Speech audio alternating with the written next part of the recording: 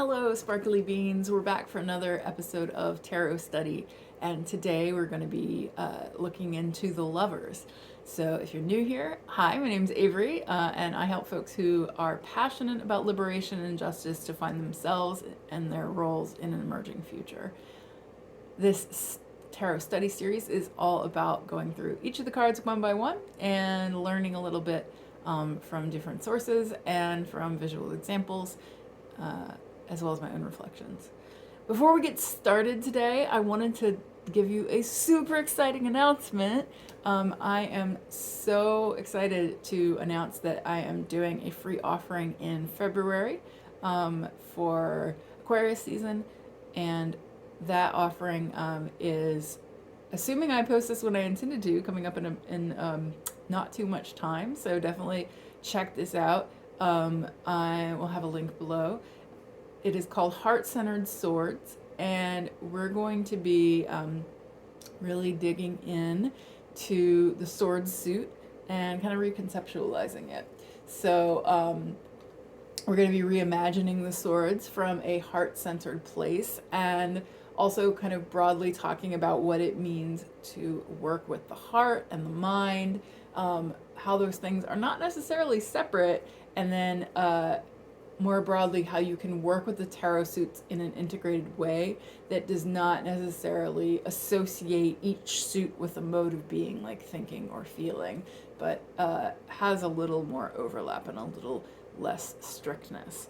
This comes out of my own sort of passion for the swords and wanting to rethink what they mean in the context of the larger minor arcana, given that the swords get kind of a bad rep. So the Lovers is going to serve as an anchor to this work, as well as Justice in the major arcana. So I thought it would be appropriate to announce this on YouTube with this video.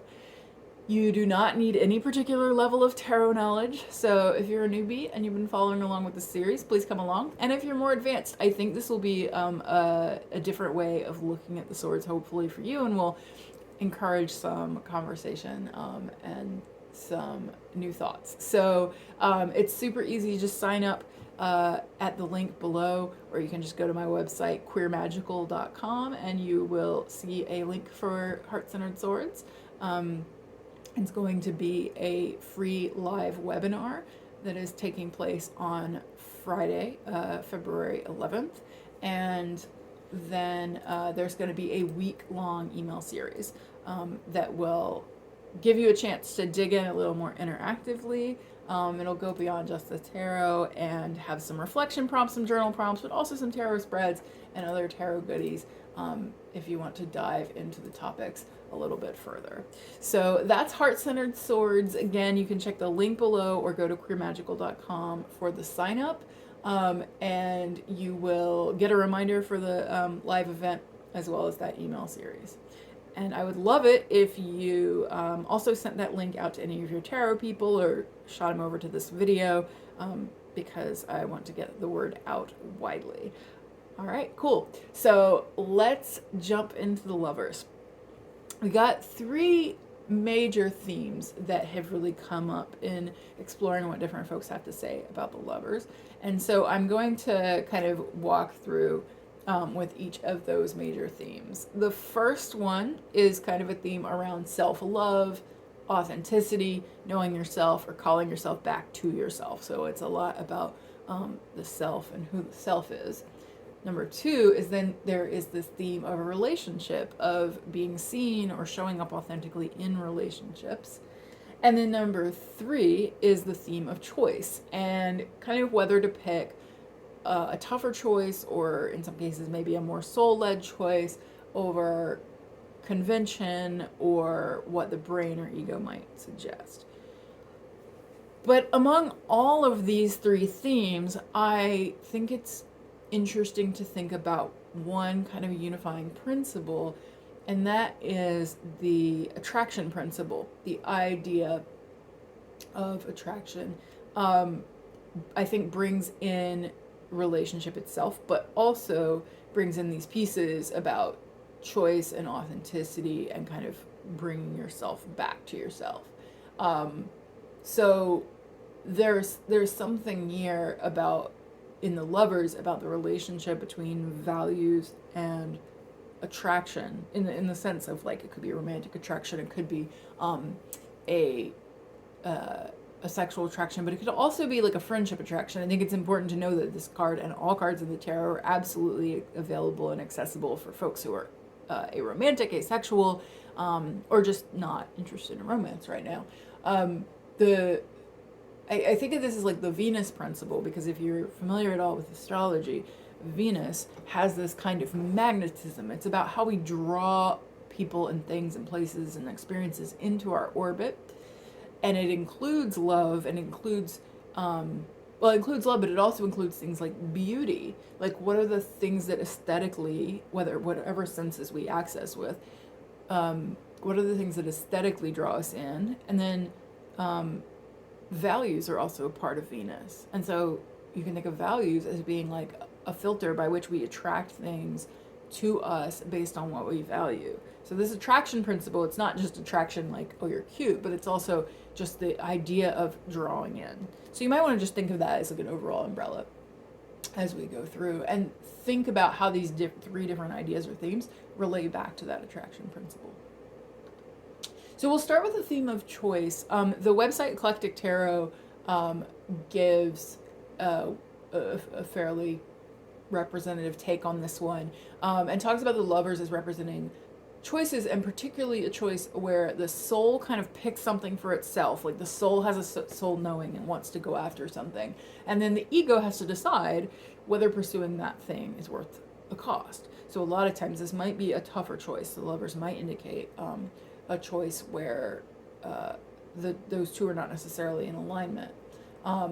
It can also represent harmony in the sense of kind of intuitively knowing something as your mirror, or what makes you complete. The thing that the choice you have to make, the thing that your soul has chosen, is chosen because it is a mirror of yourself, or it is something that might make you complete. That website also specifically says that because the Lovers is Gemini, it would not deal with romance, because that would be a watery sign. As I mentioned in talking about the heart-centered swords, right? Like, one of the things I think is there's a lot more overlap than we sometimes talk about. So I'm going to give that a hard no, because I think Gemini totally could be associated with a card that is about romance. But I also do believe that the Lovers is way broader than that. So Michelle T in Modern Tarot talks about how this card can come up in relationships where you're trying to decide whether to stay with somebody,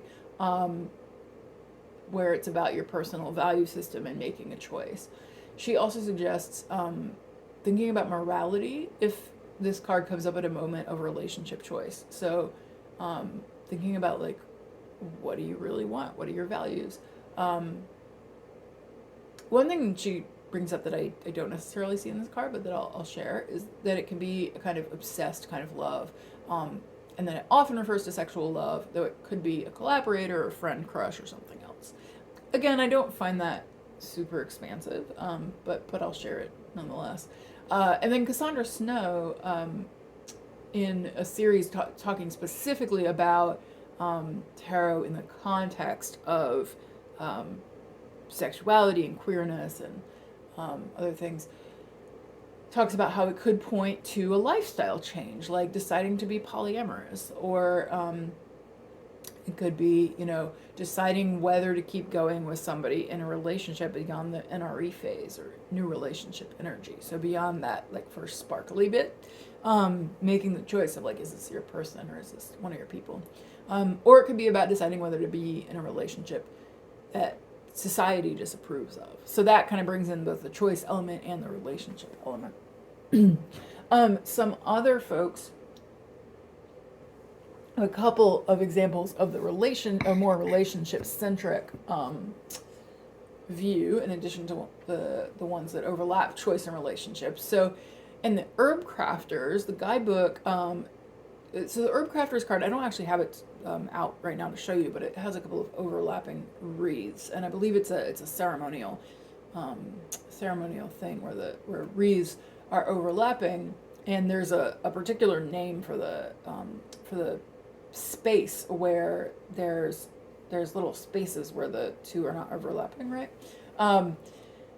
And so it focuses on how desires can intersect. So the potential that comes in the space between where desires intersect, that is symbolized by the space between those wreaths. So talks about shared desires as sweetness in a relationship, the sweetness of that experience, and focusing on what brings you joy specifically.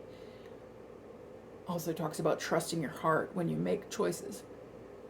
The Wayfarer's Tarot guidebook describes the relationship between the lovers as a, quote, lifelong fascination, which I found really intriguing. The idea of fascination and thinking again about that attraction principle. It symbolizes rebirth of the self through partnership with a snake that's in the image on that card. So it's about constantly recreating relationship as a key to sustainability over the course of a relationship, right? Like constantly rebuilding it is how a relationship stays. So that lifelong fascination requires, right, constantly refreshing that fascination. The desire to know and understand and connect with people as part of this card, and then learning to love people for who they are and not just who we want them to be. So I thought that was the Wayfarers brings in some really interesting angles there. And then finally, the theme around self-love, or like working with the self as preparation for relationships. There's different angles on this, so I've got a lot more examples for this, and you'll see how they kind of compare and contrast.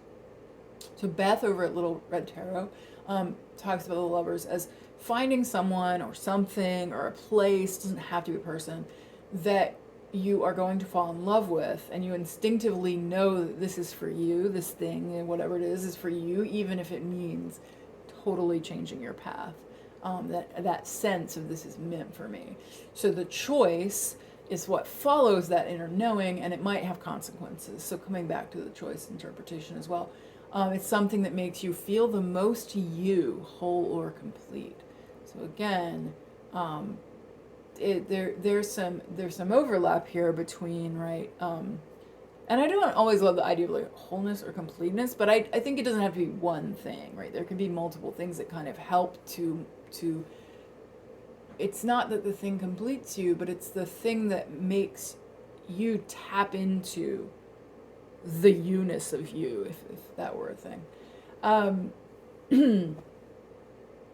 Sarah, oh my God, why did I just lose Sarah's name? Sarah Chappell.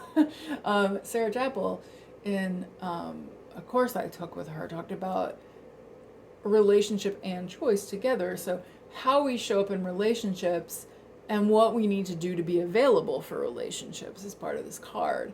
So the self-work is both for ourselves and part of what is necessary to relate to others. So visibility, vulnerability, integrity, and authentic expression come up. You know, who we need to be able to have an authentic relationship in the first place. And that it's about the pieces that we can control. So by contrast to thinking, oh, that the lovers is about a relationship showing up or not showing up, Sarah suggests that it's actually about how we show up to be in relationships and what we might be attracting through that energy that we present. So thinking about what we want from relationship, and instead of focusing on is it coming, is it not coming, focusing on how to draw that in through our own showing up in the world. And there's a connection here to the Hierophant, which Sarah suggests the Hierophant is teaching us our beliefs and helping us to uncover our beliefs, as we talked about in the last video. So that we can then show up in them and build relationships based on those beliefs. And I really like that because I think that's a really interesting bringing together of the, you know, even though, yes, the lovers is associated with Gemini, but I do think that there is some of this like Venus principle in it as well. And the Hierophant is directly associated with Taurus, ruled by Venus. So there's this sense of like Taurian establishing of values is part of how we. And in fact, in the astrology, if you look at a zodiac wheel, it goes Taurus and then Gemini. So you can think of it that way too, is how we are establishing personal values, personal, what brings us pleasure, is a big part of Taurus. Part of the Hierophant is this autonomous determination of values and pleasure, and what we want to attract. And then as we move along the wheel into Gemini, now we have a chance to see the mirror and to bring things in based on that. Bakara Wintner or Ventnor, which every time I make this video I say I'm going to look that up, and I haven't. I've got to email this person and be like, how do I pronounce your name?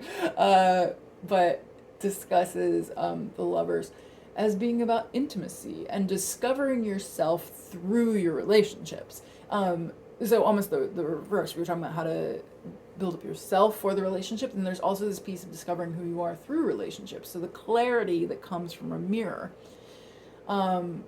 She talks about full access to our energy on both sides of a duality, freedom through unity. So not like blocking yourself or struggling between different parts of yourself, but finding the freedom to be everything that you are. And talks about self-love as a prerequisite to romantic love. The energy of I date me being part of the Lovers, right? That sense of almost attraction to the self or excitement about itself, and just getting out of your own way. Paula Foster Case, a more traditional view, talks about, or more esoteric view, I guess I should say. We had mentioned Paul Foster Case's interpretation of the Hierophant as being kind of a bridge between subconscious and conscious, and then Case talks about the Lovers as the harmony of subconscious and conscious. So this adds another flavor to the self-work, that it's about giving the subconscious the space and trust that it can translate the divine, rather than just forcing it through using the conscious to try to do that. So it's that, to me, brings in a kind of openness and a kind of like harmony between the parts of yourself, but also an openness to what might come through and what you might receive. So we're thinking about the Lovers as an attraction principle, like instead of trying to force something to come into your life. And I think this comes back right again to the Lovers isn't necessarily about when or who's going to show up, but it can be about making the space so that in yourself, so that when things show up for you, you have space for them, right? And then finally, I'll share Lindsay Mack talks about the Lovers as an opportunity to choose ourselves, an opportunity to see ourselves in the mirror of something or someone else. And I want to note that because this is I should have said this at the top, actually. This is a collective Lovers year. And so the energies of this card is something that we're all going to be going through collectively. It's going to be a big theme, or is already a big theme of 2022. So if you're more interested in Lindsay's take and in processing 2022, I believe you can still access, hopefully this is true, her Threshold offering, which goes much deeper into this. So check that out if you're interested. But Lindsay, the way Lindsay works with the Lovers is, in my understanding, is that the mirror of being attracted to or interested in or lit up by or something you find really beautiful or admire, that mirror allows us to see parts of ourselves that we are not in this moment considering to be ours. We aren't claiming them. And then it's an opportunity to kind of bring those back or call those home to ourselves. And so it's an invitation when we pull the Lovers to kind of look around and notice, like, what do we find beautiful? What do we desire? What do we admire? And then how are we externalizing that and seeing it in the other? And how can we bring it back to ourselves and realize that the things that we are lit up by, we're lit up by because it's coming from a source of us, right? There's something in us that sees itself and reaches for it.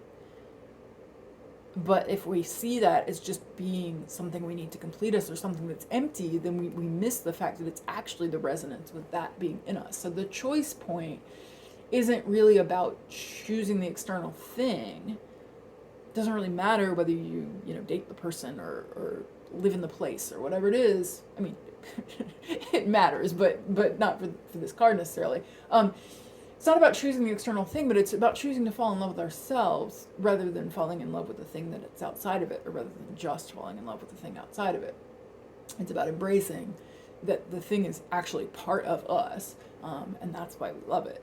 So it's about the experience of love and our capacity to love and recognize ourselves in that love. It's not about the object of the love, which I love. Like, the thing I really like about this interpretation is that it makes me think about, like, the archetype I always think of with this is like the gorgeous queer femme that is just like embodying so much amazingness that I would sometimes see, out in public. And I say that I would because past tense, because here we are in this panini. But and I think about like the choice point that I have there of like, do I want to compare myself to that person and say, oh, well, like I identify as a queer femme, but like I'm also,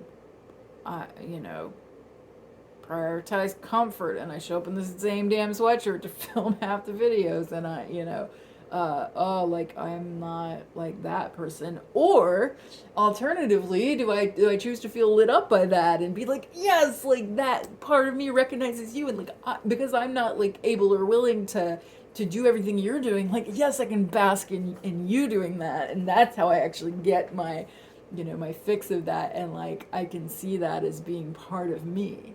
It's a very different energy, right? So it's like asking, like, do you compare yourself? Do you beat yourself up when you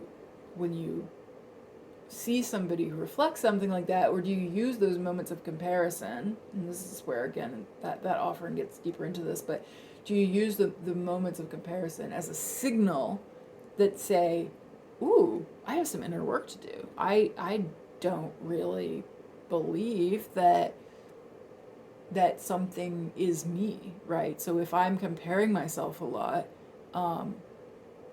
that can also just be like a little beacon, or a little like, hey, you've got some work to do around this, because you're seeing this as something you need to achieve or aspire to, or you're feeling bad about yourself through comparison. That's a little signal that there's something that you don't see as accessible to you or part of you, and maybe there's some self-love work you can do there. So, taking all those different interpretations, let's talk about my interpretation a little bit and how I've synthesized these ideas. So I do really like that focus in the last one, like on admiring, on how you admire parts of you that you can't claim, and getting curious about that. I have found that really resonant, and I've been able to think about like relationships in my life where I kind of put people on a pedestal. But I do think that the Lovers is also about growth through relationships. So even if it's not just a card of relationship, and that's all it is, like, it is absolutely a lot about the self, but I think it's also about, it can be about a relationship but in the sense of your own growth through relationships. So the way that testing your beliefs and your ideas, which I think is a very Gemini thing, right? Gemini is a twins. Gemini wants to like pull in different ideas and different possibilities and look in the mirror that is found through someone else. Testing your ideas and beliefs can alter them. It can expand them. It can also affirm them. So I think how through relationship we clarify our beliefs. So you can think about how when you relate to others, you always learn something about yourself. I think of it as like there's almost not even almost, there is. When you're in a relationship, I think often you discover different versions of yourself that you need to meet. I think about like my experience of early relationships in my life, whether it's friendships or romantic or family or whatever. Think about how you over time learned who you were and who you wanted in your life through clarifying what didn't work, right? So, and sometimes we can almost go a little overboard in this. Like, I don't know if you've ever done this where you're thinking more about what you don't want because you're like, well, I know my ex had these qualities, right? And so I do not want those. Or I know that this toxic friend had these qualities, so I'm looking for someone who's not that. But you can also look at, what you did like. And I think we realize what we hunger for in relationships through having experienced it, sometimes having experienced and lost, sometimes just wanting more of something we're experiencing. And we don't always maybe think explicitly about how what that's actually teaching us is not just what we want or don't want, but it's actually teaching us about who we are, different aspects of ourselves. I think there is really a piece of this, like the piece of yourself that you need to meet. I believe in Christian theology, it's called the Imago Dei, but the idea of that we're all aspects or faces of God, as it were. But I don't think that is exclusive to a Christian context. In my own worldview, I think about, my concept of God, which I would call spirit, but I could call God if I wanted to. Like, I don't think of it as a deity, but as I think of what spirit or God is to me, is actually the whole. It is actually our relationships with each other, and this like interdependent web of life, to me, actually is God. In the sense that each individual can't see the whole, but there is one, right? And so in that way, I think of like the incarnation that we're in right now, right here in this body, in this mind, in this soul, is an aspect of that whole, if God is the whole. But you could also, think of in more of the sense of a deity where we're each kind of aspects of that. We can meet different aspects of that whole through others, but we're also seeing how we reflect it. And like I think about, for example, let's say you're like a really chatterboxy person, and you spend some time with somebody who is really like gentle and has a really calm energy, and maybe when the two of you are together, it's like you feel more in your body. Maybe you share like really intentional touch, or just the pace of conversation slows down. And you might be thinking like, oh my God, this person is great. This person helps me emotionally regulate. This person has all these things. But what you're actually learning is that there's a part of you that is in that space. That is, there's a part of you that shows up in a space like that. That might not show up like that all the time, but it is one aspect of yourself. It might be a good example to consider sort of the ways in which you might think something is about someone else, but it's about you. Or flip the example, like somebody who conversationally makes you like light up, and you're like, oh my gosh, shared interest, this is so great, right? Like you're learning about your own passion and desire and ability to really like tune into an interest and the way you express yourself when you're really excited. That's a part of you. It's not just about the other person. So yeah, I think it is a mirror, but in a kind of nuanced way, and then it can be a person, but it can also be an experience. And typically when you pull this card, I think it can be pointing to needing a new perspective, or maybe being in a new perspective currently, on who you are. Having something to react to that allows you to learn about yourself. So coming back to values and that Venusian principle, this is the first card that we find if we're going through the order of the major arcana, where we actually see it, where it's actually about being with someone else, and we typically see 2 or 3 figures or more depending on the card. But it's the card that once we've kind of built up everything about ourselves through the cards we've already covered in this series. So we've gone through, you can include the Fool or not, because the Fool kind of goes throughout, but like the Magician, the High Priestess, the Empress, the Emperor, Hierophant. We're all kind of figuring out who we are, how we move in the world. We're building up ourselves. And then I think this is the first card that kind of represents a challenge to what we've built through interaction with others. And like determining, do our values that we worked with in the Hierophant, do they shift once we encounter the other? Line 2 is going to, I think, especially decenter the self. Get into decentering the self. I don't think this card decenters the self in the same way. Not all of line 2, but line 2 kind of overall has a theme. It's the death line. It's the breaking down and transforming the self, right? So it's not that it's not about the self, but like there's a lot of sort of shedding in line 2. But I think the Lovers prepares us for that. So it's still about the self, but we're kind of challenging. We're starting to challenge what we've built up and prepare us for moving into something different. So again, the piece that is about relating, it's still about bringing you back to yourself and pointing you to who you are in relationship. And this makes me think about an astrological concept that you don't really have to understand astrology to understand. But there's this idea in astrology, there's the 8th house, which is the area of the chart that, among other things, include some of the significations for that part of your chart include other people's resources and intimacy. And I remember thinking, I don't know totally how those things relate, or like what kind of intimacy we're talking about, and like how does that relate to other people's resources? And I came to understand this through its relationship to other parts of the chart.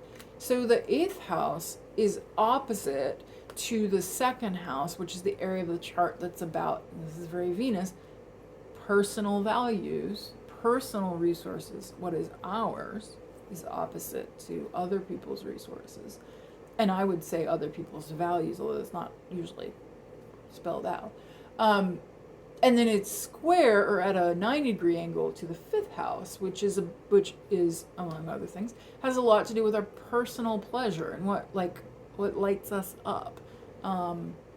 It includes sexuality particularly for pleasure, as well as sexuality for procreation, and it has other significations around creativity and birthing, but also hobbies and things that we just enjoy fall into that house. And so if you think about like the relationship between those two, I find it interesting to consider because you've got, attention, the opposition and the square are kind of challenging aspects that you have to work through or do something with in astrology. And so you've got, my values in the 2nd, my pleasure, and then I think the 8th is the one that looks at others' values and others' pleasure. And so it's that point of, even if I really understand who I am and what my values are and what brings me joy, in order to be in relationship or in order to pursue pleasure in relationship, we obviously have to take into consideration other people's values and pleasure. That matters. Like I think the 8th house includes a lot about like how does the other do relationship and what does that mean? And sometimes that can be really hard, but it can also be really transformative. And so the 8th house also deals with things like grief and loss, but also transformation. So it's like you might be starting to lose or break down or challenge the boundaries of your own values and pleasure and what that looks like in order to bring in the other. And it's not about abdicating or releasing things, but you kind of learn through relationship where the lines actually are, and then also like where something you might have seen as a line may open up a little bit. You might think something is contrary to your values, but then when you're forced to challenge that and to be in relationship and to work it out, you might find things you didn't expect about how you look at the world or how you look at your values. Even without changing them, you might find that what you see as different is more similar, or you might find that something you see as the same values is actually a little bit different, and it helps you clarify your own. So yeah, we talked a little bit about how relationships like teach you what you do and don't want. I also want to bring in a little bit from my own experience of polyamory, because I think, um,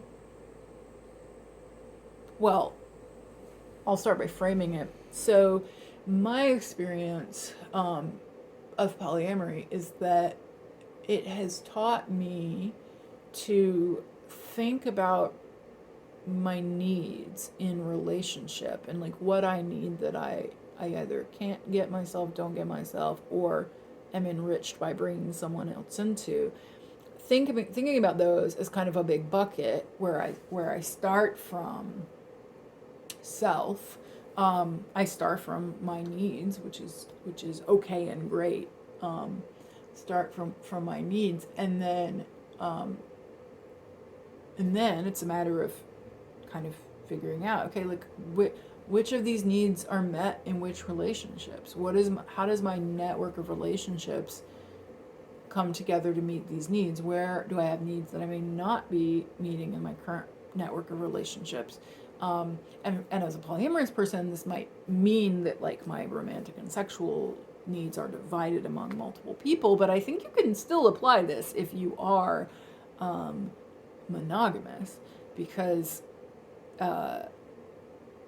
actually one thing like that I don't like about like the love, like considering the lovers as just a choice, like if you don't bring in other things and just think of it as choice, is that like I don't really love the idea that love would be like that two lovers in a card would be represented as like I don't think of, as a polyamorous person, I don't think of love as really being about choosing one thing over the other. I think of it as being about choosing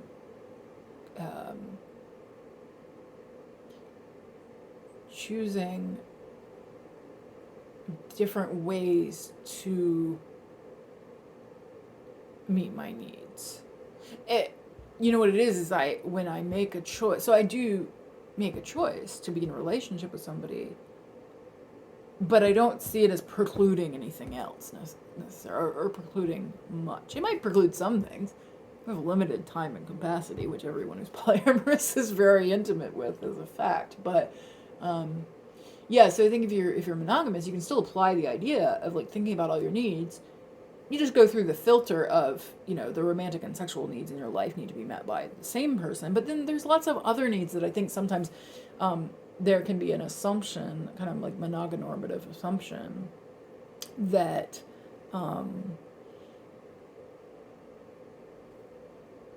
you need to have the same person meet other needs like co-parenting, like sharing space, sharing finances, being your main emotional processor, being the person you share activities with, right? I'm sure a lot of you who are monogamous have had the experience of like, my partner does not give a shit about, maybe it's tarot, astrology, spirituality, right? Like it could be you have a friend that is amazing and lights you up and helps you on your spiritual journey, and maybe your partner that's just not your romantic partner, that's not the role they play in your life. Maybe you get it from the YouTube community, I don't know, but like I think being as expansive as possible within our boundaries. So our boundaries might be that we keep romance and sex to a person, but like how do you define those things, and what falls in and outside them? And I think being clear about expectations can benefit everyone, right? And all of this feels very lovers to me. Okay, so let's look at some examples. I decided not to put them throughout because these examples don't perfectly line up to any of those three categories, but I'm just going to show you some cards I like. And we're going to cover anything that YouTube won't like. But this is, so unfortunately I have to cover this a little bit, but this is my all-time favorite lovers card. I have it on my wall. I'm obsessed. So this is from the Next World Tarot.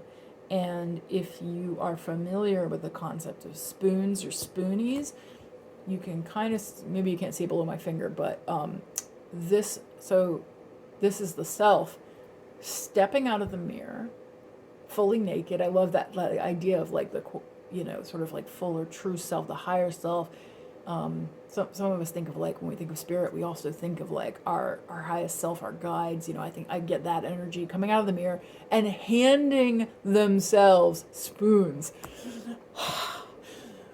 My heart, like the minute I saw this, I was like, is there a print? I must buy it. So it's over there on my wall. I love this so much. Just the idea of like being resourced from the self and like this tenderness. You can maybe see that this person is like kind of cupping the back of the neck of the other person. I love this idea that like you don't have to just go outside yourself, like having this tenderness for yourself and this understanding of who you are and your needs. Oh, so obsessed. So this mirror imagery is fairly common. So some other examples, like this is from the Mermaid Tarot. Sorry, I can't totally tell if it's focusing, so I hope it is. This is the Tarot of the Holy Spectrum, and you can see, this one makes me think a lot of the idea of like meeting the self, the way they're kind of touching, they're kind of reaching out. This feels like the maybe like subconscious parts or the unclaimed parts reaching out with curiosity to meet them and explore them. Getting a little more, so here a couple where I think it gets a little more into the like subconscious, so maybe the case talked about, or even just the idea of the unclaimed or unseen or subconscious. So this is from, I believe it's called the Tarot of Perpetual Time. Oh, I need this to focus. Sorry, I always try to strike a balance between wanting the card to focus, but also being cognizant that I rely a lot on lip reading when I watch videos, and others might too, so like let it focus so you can see it and then talk about it. So in this one, it's kind of more abstract, but if you look carefully, you can see that it's kind of a darker and a lighter. So that gives me that sense of like the subconscious self. This one is really interesting. This is from the Heart and Hands. So it's an embrace, but notice how one figure is covering the other's eyes. Am I 100% sure of what to make of that? No, but although I can almost see it as like the way we cover our own eyes when we give away our power, or when we have that kind of admiration where we don't recognize ourselves in the other person and we just see it as something else. It could almost be a covering of the eyes. Another one I really love so much. So again, with the like unseen or subconscious or spirit self, this is from the Fifth Spirit Tarot. Made of stars, but also the sense of meeting oneself and kind of gentle touching palms. This will resonate if you know the show Steven Universe. So this is from I think it's called the Future Visions Crystal Gem Tarot, which is a Steven Universe themed tarot. And if you're not familiar with the show, and I'll try to say this is oh shoot, there is no way to not spoil this. If you want to watch Steven Universe and don't want to know what's in this card, just like move forward on your thing until you don't see me showing this card, because I'm about to spoil something that, like, major from season 1. But I this is like one of my favorite things about Steven Universe is that we have this character Garnet who is actually a fusion of 2 different gems, Sapphire and Ruby. And so I like this for the lovers because it's kind of the sense of like they love each other, like they're so in love with each other. And I guess you could take this in an unhealthy way, but like I really don't, given the whole context of the show. But like they love each other so much, and they end up merging. And in Steven Universe, there's this concept of a fusion where 2 can come together, and they do that through a dance. And I just think that's so beautiful, and like the integration of the self comes up in this card for me. Okay, done with Steven Universe spoilers. This is like okay, yeah, so I'm going to show you some of my favorites that I feel like are, like, regardless of what the meanings of the lovers are, because so many lovers cards have a dude and a lady as far as you can tell, I love the ones that showcase queer love or polyamorous love. So I'm going to show you, this is like a celebration of Black femme love. To me is so good. It's from the Divine Femme Tarot. Don't you just want everything for these people? This is from the Tarot in Space, or as I call it, Tarot in Space. This is from the Sinking Wastelands, and actually I read this as queer. I'm pretty sure it's queer. Well, queer doesn't, I mean, just a reminder, a guy and a girl in a relationship can be queer. So whatever the genders of these people, this is effing queer to me. It's the Spider-Man kiss, but I love a Spider-Man kiss. I also think there's something to the Spider-Man kiss symbolically, in the sense of like the flip, the mirror, the reverse. Okay, and then a couple of polyamorous lovers cards. This is from the Tarot of the Silicon Dawn. I like this too because like they don't necessarily have to be romantic, but it's just this like joy and like the shape they all make spiraling around each other. And this is the cover of the Numinous, so a lot of people have probably seen this, the Numinous Tarot. I really like this one because this just is like such chosen family energy for me, and the sense that I was talking about, right, with like polyamory or monogamy, of just like finding the network of people that like help you see all aspects and sides of yourself, really comes through to me in this, and the way they all kind of form the shape of the pinnacle, but also just like, love this card. I wanted to show a couple of kind of like more confronting or just like dramatic, hey, lovers. So I'm just like checking for YouTube safety. Okay, this should be fine. So this is the Deviant Moon. I just love the like, yeah, kind of energy of it. Okay, warning for the next 5 to 10 seconds of a confronting image, potentially. I think it's like, I don't even know what I have to cover, but all right, here we go. So that was from the Lubanco Tarot, and yeah, I don't even know what to say about it. It's a picture. You saw the picture. It probably evokes some feelings. And then some example. I have a couple of examples. So these are kind of, well, actually, let me show this one first, and then I'll show the animal ones. So this one is from the Lost Hollow, yes. And I think this is so cool. So that you can kind of see, you've got the embrace, and then it's like fragmented, but in the fragments you can actually see the kissing. So it's like, it has this intensity, but also this sense of like the pieces of self, the fragmented self of like the sense of like you might need to call pieces back to you. But ultimately there is this unity or interdependence or embrace at the bottom. So I really like that one. Okay, so a couple of animal examples. So this is is this Beauty and the Beast? Oh yeah, I think it's Beauty and the Beast. Okay, so animal, well, shapeshifter, but I like these just because I think it's nice to have lovers examples that aren't just like romantic human love. And this just makes me think about like embracing the like weird and eccentric parts of you from the Tarot of the Mystical Moments. I like that. Just like be your weird self. From the Wooden Tarot, so this really emphasizes interdependence and the way that the hummingbird and the flower are totally different, but they are interdependent. They rely upon each other, and then you have the anatomical heart there. It really makes me think about how this lover's concept might show up in nature, the way that the self is sometimes defined by interdependence. In fact, the way the self is defined by community might be, I'm just now thinking of this, might come up in the lovers. I've been thinking a lot about interdependence, and totally, by the way, subscribe to my newsletter below if you haven't already, because I'll be writing more and more about this. But like, I've been reflecting some on Instagram as well. about, I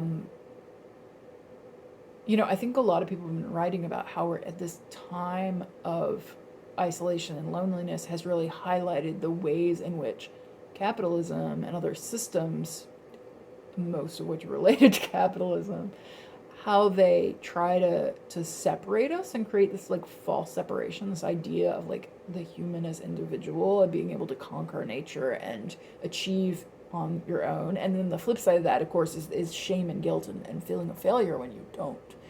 If you feel that way, if you feel, like you can never reach the expectations that are set for you, if you feel isolated, if you feel lonely now or at any time, there's a real beauty to the lessons we can learn from ecosystems and from mutual reciprocity in nature, and just a reminder that like you're not failing, you're just not meant to live this way without social safety nets, without community and interdependence. So if like me, you find that like some of that is maybe in some ways, not in all ways, but like missing in your life, or even just like you're grappling with the grief of and pain of like the healthcare system being so broken, at least in my country, and feeling like there's nothing to fall back on. There's not like a community that will support your health, or if it fails, or you're aging, right? I think it's good to like all be focused on where we really like not even should be, but like where we naturally are, is we start from a state of interdependence. Life is a gift, right? We didn't do anything. Like we came into this world and then we had to be fed and clothed by somebody, right? We didn't give anything for that. And I think it can be really telling. Like I know I've had this feeling, and I've heard others have this feeling of like, shit, I need to like give back to my parents X thing, or I need to like pay them back for raising me, or my guardians, whoever raised me, that I need to in some way pay them back. And while I think it's great to like have respect and to support the people who raised us, there's a big difference, I think, from that feeling of like payback. It feels very transactional and individual, as if like we're kind of rejecting could have a sense of rejecting the gift of being cared for by feeling like it has to be a transaction. This comes from Sacred Economics, by the way, by Charles Eisenstein. But yeah, like that sense, as opposed to the people who raised me are part of my loved community, and when I have the capacity to give to that community, I will joyfully do so, and that might include my parents, it might include the people who raised me, and also might include others, and it might not, right? Like a lot of people are like, even if they were fed and clothed, had a really toxic relationship with their parents, or abusive situations. So I want to honor that experience.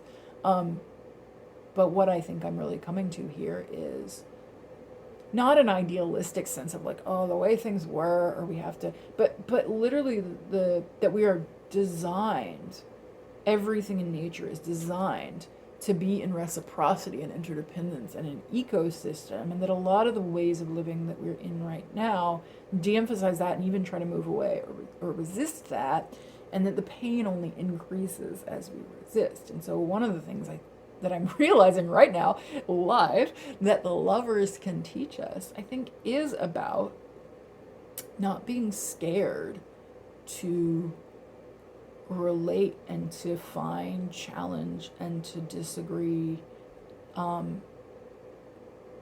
to see and not to be afraid to and it's not about merging, and it's not about like pushing away the self, like not being afraid to like lose yourself, but to see how relationship and interdependence actually meet your needs and make you more you. These beings can't exist without each other. That doesn't mean that they have to be codependent. That doesn't mean that they have to be an unhealthy relationship, but it does mean that like we need relationship of some kind in our lives. So that was an unexpected digression. And hey, to round that out, from the Spacious Tarot, the Lovers. And that kind of gives a sense of it, right? The interdependence, and it's got like a kind of helix, almost like DNA structure. You think about like the natural even the fact that we are created from, scientifically speaking, that, you know, our human bodies, our forms come from genetic material from other people. And